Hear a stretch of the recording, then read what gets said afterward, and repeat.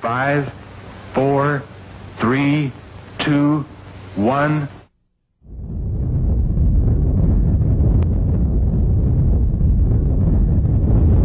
Few people cried. Most people were silent. I remembered the line from the Hindu scripture, the Bhagavad Gita. Now I am become death, the destroyer of worlds.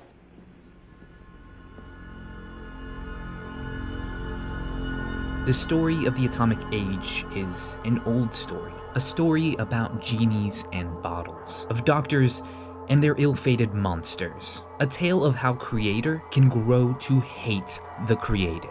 This is one of those stories, only this time the doctors won't live to tell the tale, and the monsters they unleash will plague their descendants and impede mankind's progress for centuries.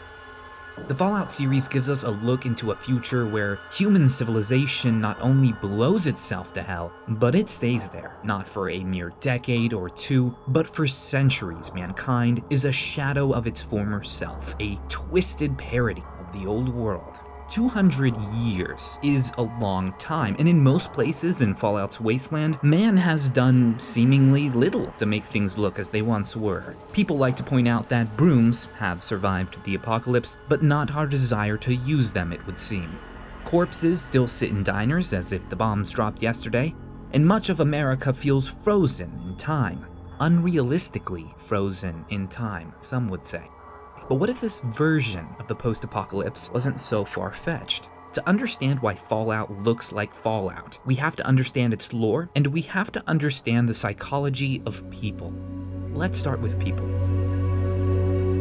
In 2287, America is fragmented. If you were descended from a survivor of the Great War, chances are you either live in a vault, a burnt-out home, a small backwards tribe, or, if you're one of the lucky ones, maybe you live in one of the larger settlements under the heel of local government. While each has its distinct advantages, the threats are more or less the same. When the bombs fell, civilization hit the reset button, and that means a certain degree of lawlessness. We're never explicitly told how many raider tribes exist in the wasteland, but each installment introduces us to about a half dozen more of them, so they must be everywhere. A constant threat in most places in the wasteland, and yes, that includes NCR territory.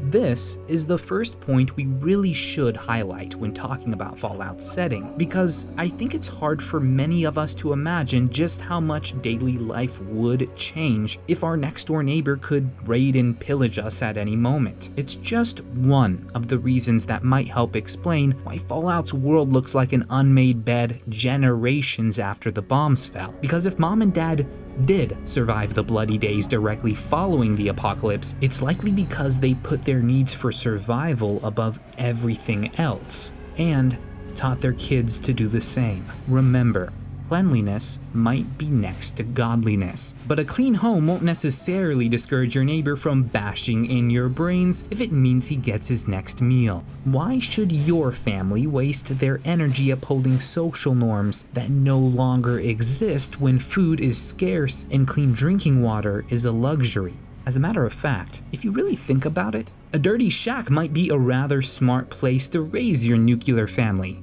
Which home do we think a traveling raider gang is more likely to target? Keep in mind that the people of the Middle Ages literally threw their own shit in the streets, and suddenly it's not so hard to imagine post-apocalyptic societies that might have a different definition for what constitutes a clean neighborhood. Let's not get too carried away though. Good sanitation is certainly a survival trait, and it's something that post-apocalyptic moms and dads would want to pass down to their children. But we're not talking about disinfecting wounds here. We're talking about the more menial tasks. Not everything we do to keep ourselves clean is necessary for our survival, and if you don't think that's true, I'd invite you to visit a college dorm someday.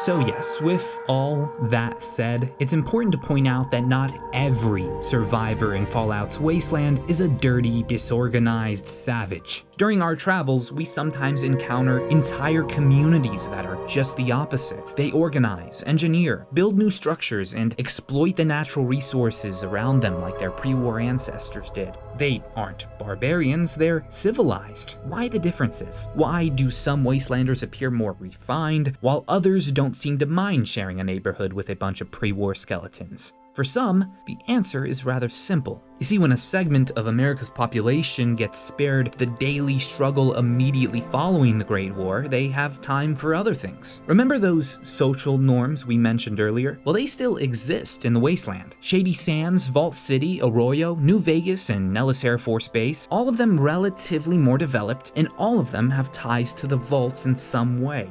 So yes, some parts of the wasteland have certainly progressed more than others, but there's still something we're missing. Human nature and basic psychology helps shed a light, sure, but it's probably not enough to explain 2 entire centuries of stunted growth. To help us fill in more of the picture, we should probably turn to an important aspect of Fallout's lore, and for that, we'll bring in the expert.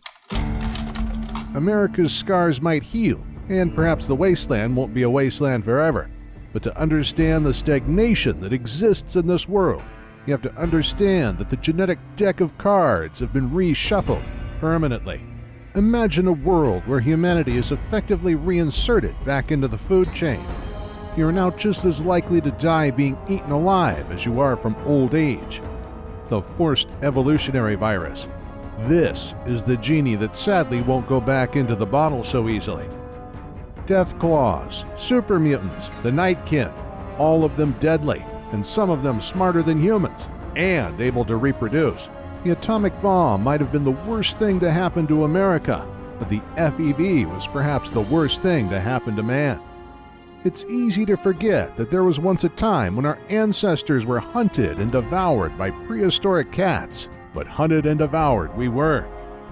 Back then, we developed technologies that would eventually save us.